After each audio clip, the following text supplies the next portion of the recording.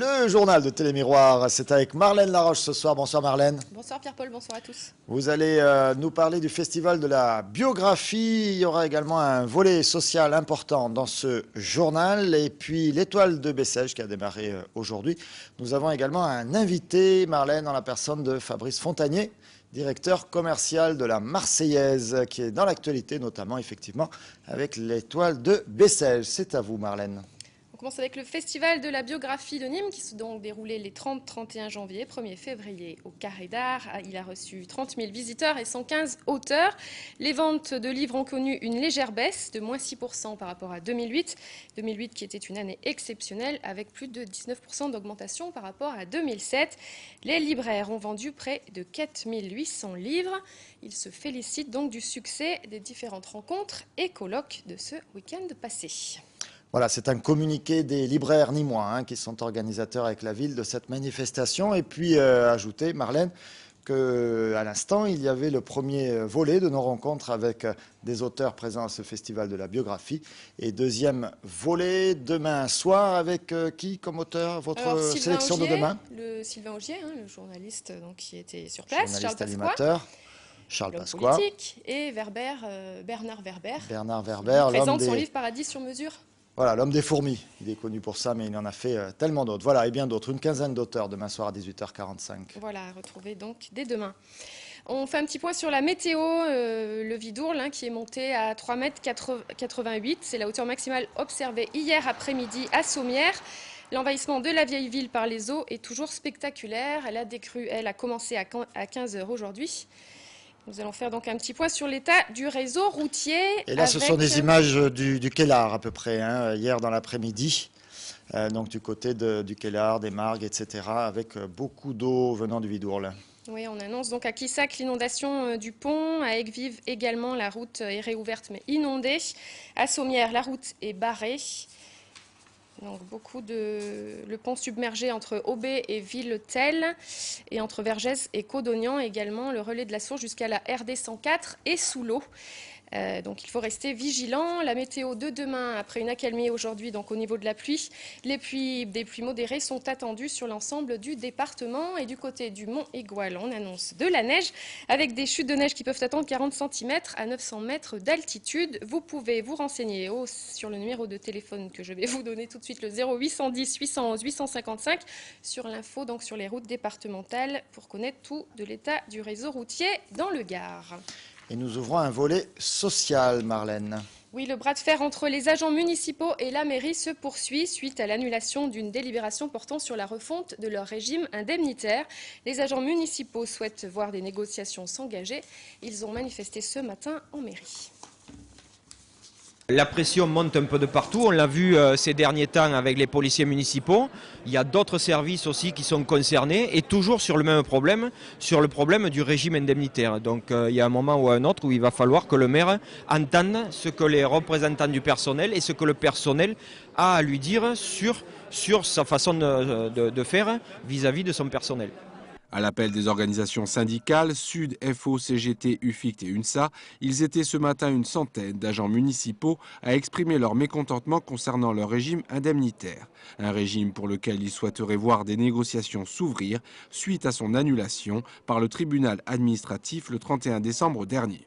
Le régime indemnitaire, c'est l'ensemble du système de primes qui est attribué aux agents et qui, en fonction de différentes modulations à partir d'un taux moyen, doit être réparti à l'ensemble des agents. Et c'est justement sur ce taux moyen-là que le tribunal avait annulé l'ancien régime indemnitaire qui, lui, ne se basait pas sur un taux moyen, mais sur un taux minimum. Et c'est ce que le tribunal a déclaré illégal. Aujourd'hui, les agents se retrouvent avec un régime indemnitaire qui est de la moitié du régime indemnitaire auquel ils auraient droit, donc avec 82 € par mois, alors que tout en haut, on se trouve avec des sommes astronomiques de 2800 €. Évidemment, un gros point, c'est que les rémunérations ont été tirées vers le bas pour l'immense majorité des personnels. Voilà. Et donc nous avons un des régimes indemnitaires les plus bas en France pour une ville de cette importance. Reçus en mairie par l'adjoint au personnel dans le cadre du comité technique paritaire, les représentants syndicaux se sont vus rétorquer que ce point n'était pas à l'ordre du jour. Ce qui nous a été dit, c'est qu'effectivement, si on voulait discuter, éventuellement, on aurait pu discuter avant, en 2006, alors qu'au jour d'aujourd'hui, il n'y a pas de discussion, on l'a vu ce matin, il n'y a aucune discussion qui est prévue et ils ont bien décidé de passer les petites modifications, l'actuel régime indemnitaire avec quelques petites modifications samedi et aucune prise en compte de ce qu'a mis en avant les tribunaux, à savoir l'annulation du régime indemnitaire. L'action des agents municipaux va donc se poursuivre. Ces derniers ont prévu de s'inviter au conseil municipal de samedi matin. Et pour rester dans ce volet social, une information en provenance du groupe Office Dépôt et d'une intersyndicale qui annonce une journée d'action pour demain, jeudi 5 février, avec des grèves et des débrayages sur différents sites sur le centre d'appel de Nîmes. Ça se passera entre 10h30 et 11h30 devant l'immeuble des bureaux d'Office Dépôt à Nîmes. Toujours du côté du mécontentement un petit peu général en France, c'est les étudiants de Nîmes à travers le syndicat UNEF qui annonce donc une journée d'action demain avec une journée fac morte. C'est leur terme. La grève a été votée hier, vous le savez. Elle se poursuit jusqu'à lundi. C'est une grève qui concerne prioritairement les professeurs des universités contre la loi Pécresse et ses décrets d'application. Voilà pour ce complément d'information sociale. On s'intéresse justement à l'université de Nîmes qui propose depuis 2 ans une formation au métier d'agent de recherche privé, autrement dit de détective privé. Pour en savoir plus, c'est Marion Ponté et Yvonique Séguin qui ont mené leur propre enquête. Hier, à l'université de Vauban, les agents de recherche privés, ou plus communément appelés les détectives, ont donné une conférence. L'amphithéâtre accueillait des membres de l'autorité judiciaire et des étudiants. L'intérêt, c'était effectivement que les étudiants agents de recherche privée puissent rencontrer des institutionnels de l'autorité judiciaire pour comprendre la complémentarité qu'on a entre les agents de recherche, qui sont des enquêteurs privés, et l'autorité judiciaire dans le cadre d'actions communes ou d'actions qu'on initie dans le civil et qui débordent dans le pénal. Ensemble, ils se sont entretenus sur la fonction des agents de recherche privés.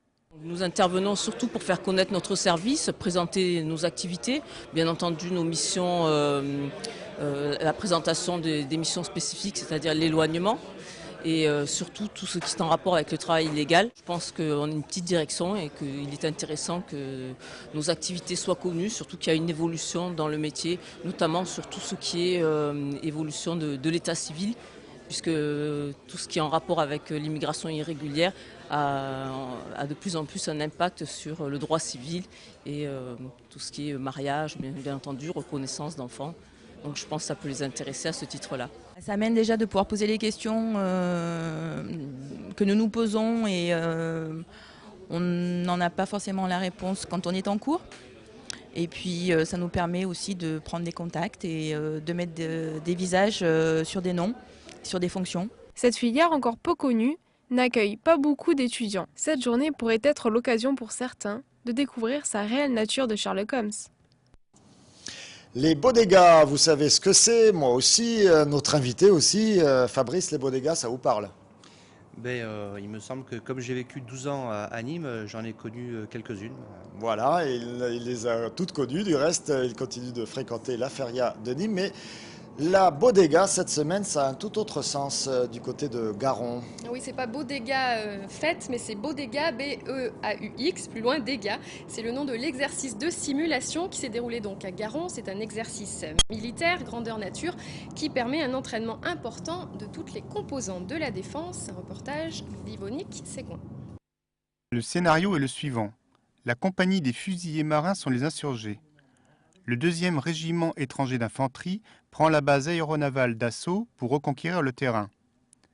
Derrière ces filets se trouve le poste de commandement avancé du 2e REI. C'est un véhicule d'avant blindé, les troupes ont les mêmes, sauf qu'à la place d'embarquer des personnels à l'intérieur, ce sont des moyens radio numérisés qui permettent d'avoir des cartes graphiques et puis de tenir la situation à jour, aussi bien au niveau renseignement, opérationnel, logistique. Et à partir de ce véhicule, on est capable d'avoir à la fois la liaison avec la compagnie, les éléments au sol qui mènent l'action et le commandement vers le haut pour faire les comptes rendus.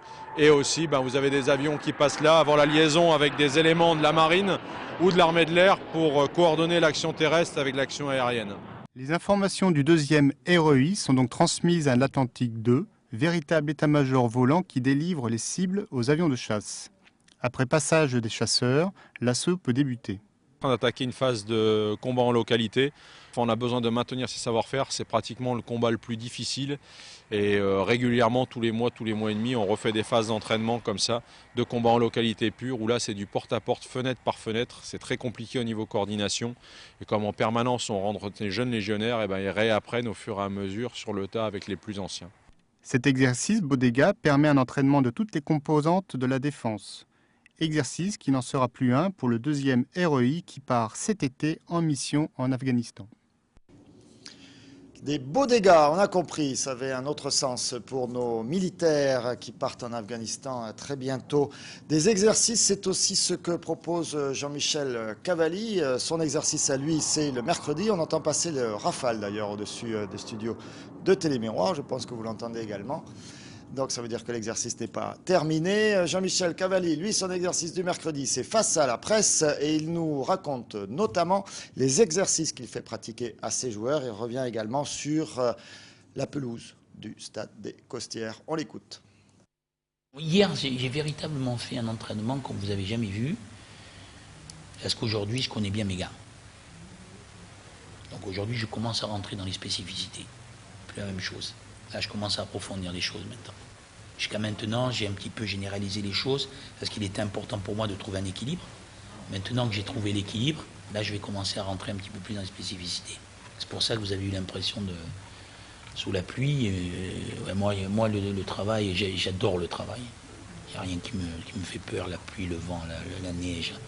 Quand je suis dans mon élément, je ressens plus rien. Si ce n'est que d'avoir en face de moi des garçons où ce qui m'intéresse, c'est de les voir progresser. Moi, j'ai toujours été joueur dans ma philosophie, toujours. Mais après, à un moment donné, l'expérience, elle vous fait passer à l'efficacité. Et l'efficacité, il faut faire le bon choix. Hein. Alors, même à contre-cœur, le bon choix, aujourd'hui, sur ce terrain, c'est celui-là. On pourra me raconter ce qu'on veut.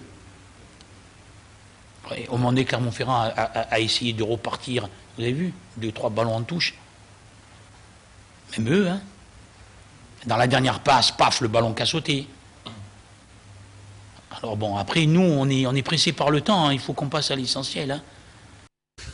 Voilà, c'est une séquence qu'apprécie beaucoup Marlène. Vous aimez bien, hein, ah oui, je suis fan, moi. Vous êtes fan de Jean-Michel Cavalli, de son intervention du mercredi. On y revient un petit peu plus longuement demain soir dans les prolongations de Croco Hebdo. Et puis, donc, vous savez, le match, ce sera à Lens vendredi soir à 20h30. Les crocos seront retransmis, mais sur Numéricable. On y reviendra, nous, la semaine prochaine dans Croco Hebdo. Autre information football avec nos amis arlésiens. Vous savez que hier soir, le match à Rodez a été annulé. Ils étaient sur la route quand ils ont eu cette information. Trop de neige en Aveyron pour pouvoir pratiquer du football. Information également concernant le match Laval-Arles, perdu à Laval 3-0, avec des circonstances tout à fait particulières, puisque le match a été arrêté juste avant la mi-temps. Les Arlésiens n'étaient plus assez nombreux sur le terrain. Mais les Arlésiens ont fait une réserve technique, et cette réserve technique sera étudiée le 12 février prochain. Il pourrait créer une jurisprudence, les Arlésiens, puisque le dernier joueur était sorti, mais il pouvait quand même rentrer après avoir été soigné. Donc, est-ce que l'arbitre devait absolument arrêter le match? La question est posée aux délégués de la fédération.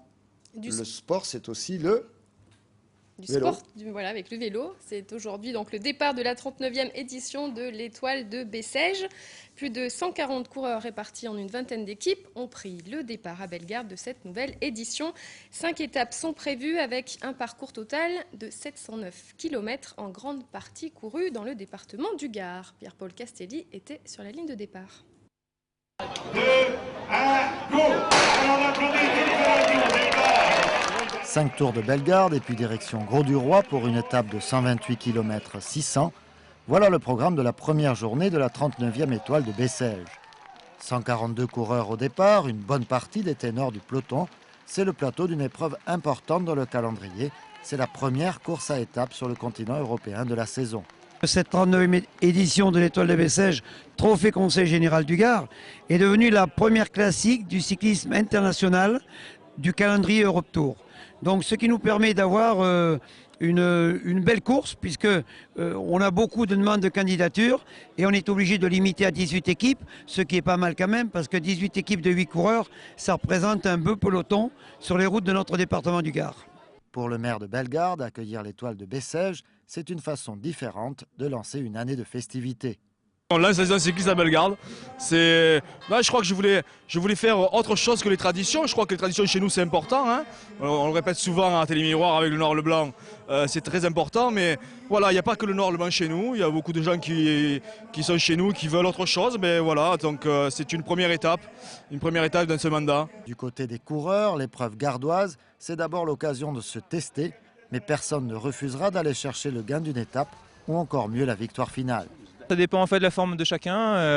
Il y en a qui ont ça comme objectif le début d'année, d'autres qui veulent venir un peu plus tard. Donc ça après c'est vraiment personnel, mais en tout cas c'est vrai que c'est la première course à étapes sur le territoire français et ça permet de mettre en jambe. Ouais. Quand on est néo-pro, c'est plutôt d'arriver à se situer dans le peloton professionnel, de trouver des marques, d'aider l'équipe et d'essayer d'apprendre au niveau de l'expérience. Ambition.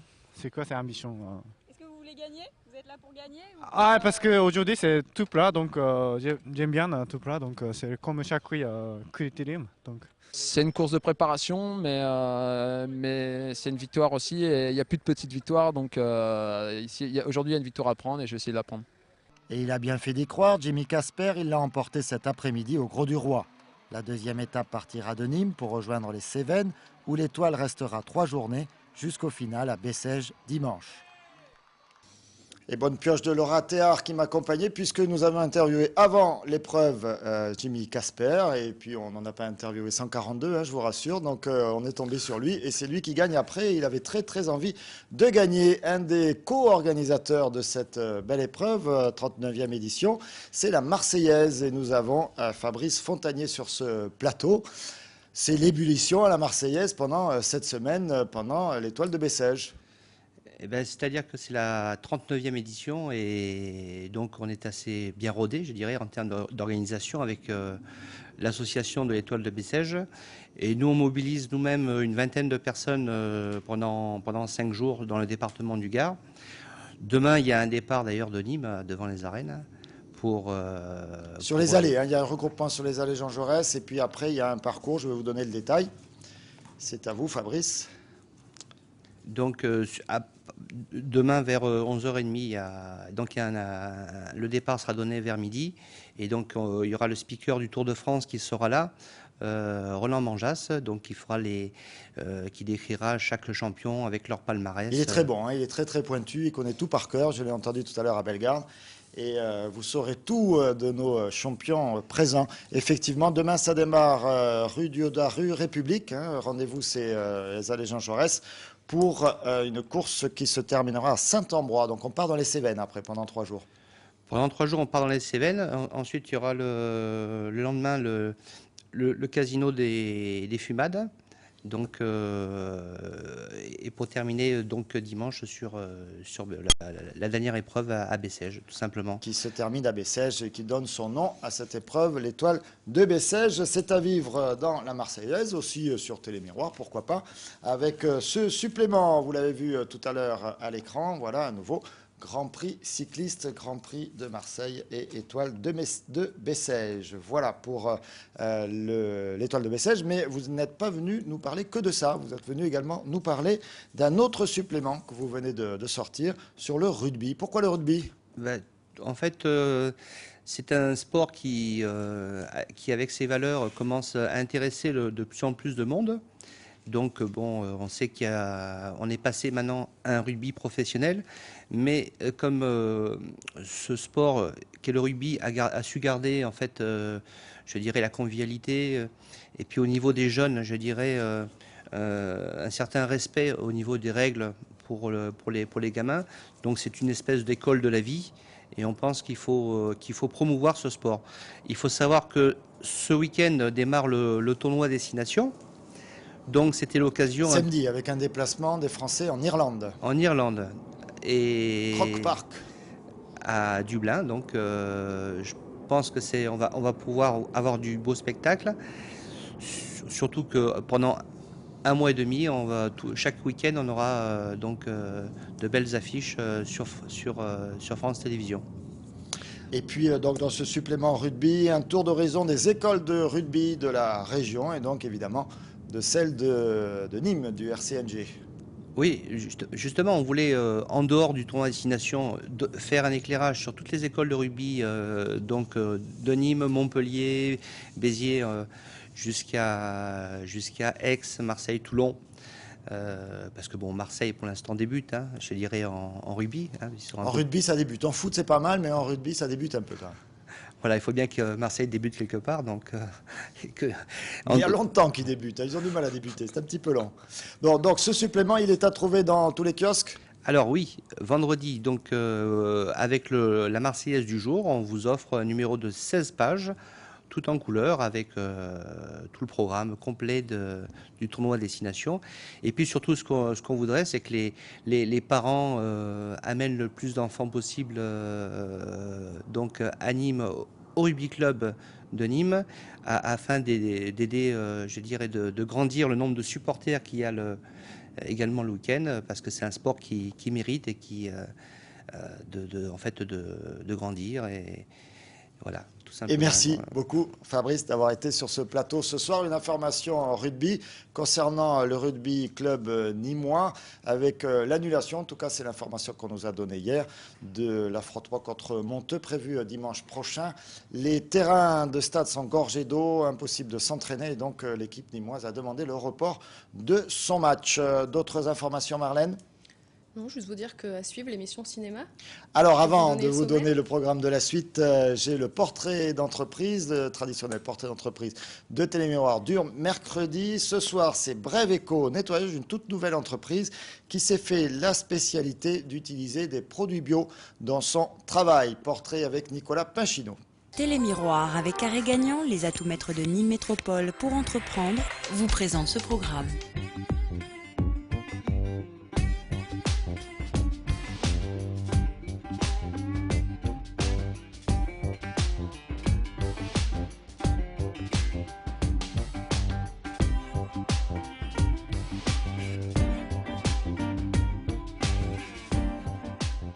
J'ai terminé mes études l'an passé, puis j'ai décidé au courant de l'année de monter ma propre société.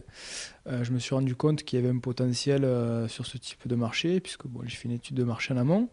Et parallèlement, en octobre, on s'est jeté un petit peu à la mer, on a décidé d'immatriculer l'entreprise et puis de débuter l'activité. Et rapidement, en démarchant, en faisant mon travail de commercial, je me suis rendu compte qu'il y avait une demande. Et puis les premiers contrats ont été signés donc début novembre. Et puis maintenant, la société est en train d'adopter un petit peu un rythme de croisière. On voulait développer en fait un segment. Ce segment s'oriente et s'articule autour des produits bio. Donc on utilise un label qui est le label Eco-Reflex. Donc nous, notre charte de qualité qu'on essaie de mettre en place justement au sein de l'entreprise, c'est de travailler quasi exclusivement avec ce type de produit, parce que pour nous, l'environnement est un enjeu universel. Pour le moment, on travaille quasi exclusivement avec les professionnels. Donc en termes d'activité, on travaille pour tout ce qui est locaux, bureaux, syndic de copropriété, vitrerie, nettoyage après travaux, après sinistre, que ce soit de l'incendie ou du dégât des eaux. Et on essaie donc de mettre en place notre charte de qualité par nos produits qui sont écologiques et biologiques au sein de ces activités. C'est vrai que dans la démarche, les gens c'est ce qui va faire la différence, on va dire. Donc dans le discours, dans la présentation de l'entreprise, à discours, on va dire, égal, similaire, le fait qu'on utilise ce type de produit va inciter les gens à travailler, un petit peu plus les gens à travailler avec nous que de s'orienter vers la concurrence.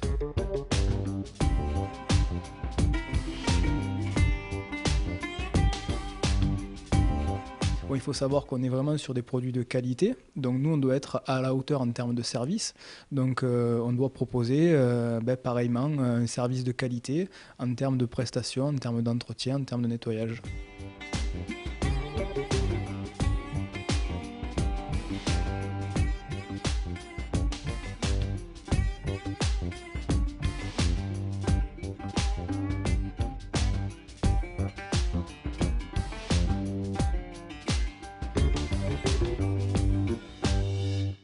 Télémiroir avec Carré Gagnant, les atouts maîtres de Nîmes Métropole pour entreprendre vous ont présenté ce programme.